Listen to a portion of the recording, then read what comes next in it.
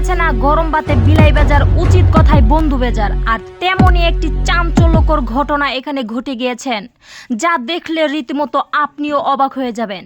তাই পুরো সিসি ক্যামেরার ফুটেজটি না টেনে ধৈর্য সহকারে শেষ পর্যন্ত দেখতে থাকুন।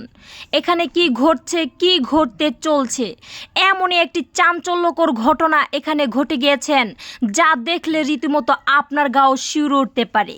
বিষয়টা হলো প্রকাশ্য দিবালোকে যখন একটি মেয়ে মানুষ রাস্তা দিয়ে হেঁটে যাচ্ছিল, পরক্ষণেই তাকে ফলো করে দিয়েছেন বকাটের কিছু ছেলে দল। আর কেনই বা তাকে ফলো করে দিয়েছেন সেটাই এখন দেখার বিষয়। তাই পুরো সিসি ক্যামেরার ফুটেজটি না টেনে ধৈর্য সহকারে দেখতে থাকুন। আসলে শেষ পর্যন্ত ভিডিওটি না দেখলে আপনারা কিছুই হয়তো বুঝে উঠতে পারবেন না। আসলে মূল উদ্দেশ্যটা হলো মেয়েরা বিয়েতে রাজি থাকলেও প্রবলেম, না থাকলেও প্রবলেম। আর তেমনই একটি প্রবলেমে পড়ে গিয়েছেন এই মেয়েটি। কেননা মেয়েটির বাড়িতে বিয়ের প্রস্তাব দিয়েছিলেন আর সেটাতে না করে দিয়েছেন মেয়ের গার্জিয়ান পক্ষ। আর সেখান থেকেই মূলত রহস্য শুরু। সেই না করাটাই মূলত মেয়েটির জন্য আজ কাল হয়ে দাঁড়িয়েছেন। এখন কথা হলো, মেয়েটির গার্জিয়ান পক্ষ যদি বিয়েতে রাজি হয়ে যেতেন তাহলে হয়তোবা মেয়েটির সাথে এমন বিচলিত হতো না। কিছু মানুষ মেয়েটিকে এমন উদ্যুক্ত করে দিয়েছেন যেন মেয়েটিকে এখান থেকে উঠিয়েই নিয়ে যাবে। আমাদের সমাজে কিছু মানুষ আছে এমন, যেন প্রায়ই এমন কাজে লিপ্ত হয়ে যান। কেননা আমাদের সমাজে কিছু মানুষ আছেন যেন ছেলে অথবা মেয়ের বিয়ে ঠিক করা থেকেই আবার ভেঙে দেয়।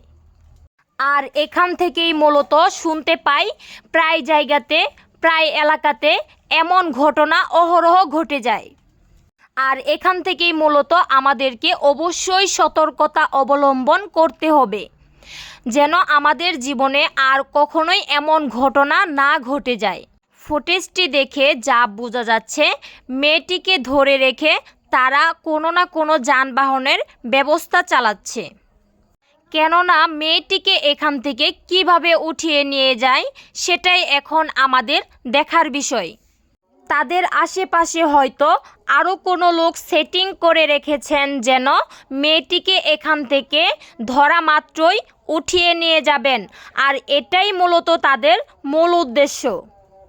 আর পরক্ষণই কিন্তু একটি অটো গাড়ি চলে আসছেন, আর এই গাড়ি করেই মূলত মেয়েটিকে নিয়ে যাবেন এখান থেকে।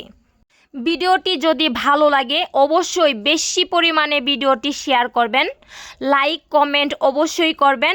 সকলেই ভালো থাকবেন, সুস্থ থাকবেন এবং কিরে বাই পেজে চোখ রাখবেন।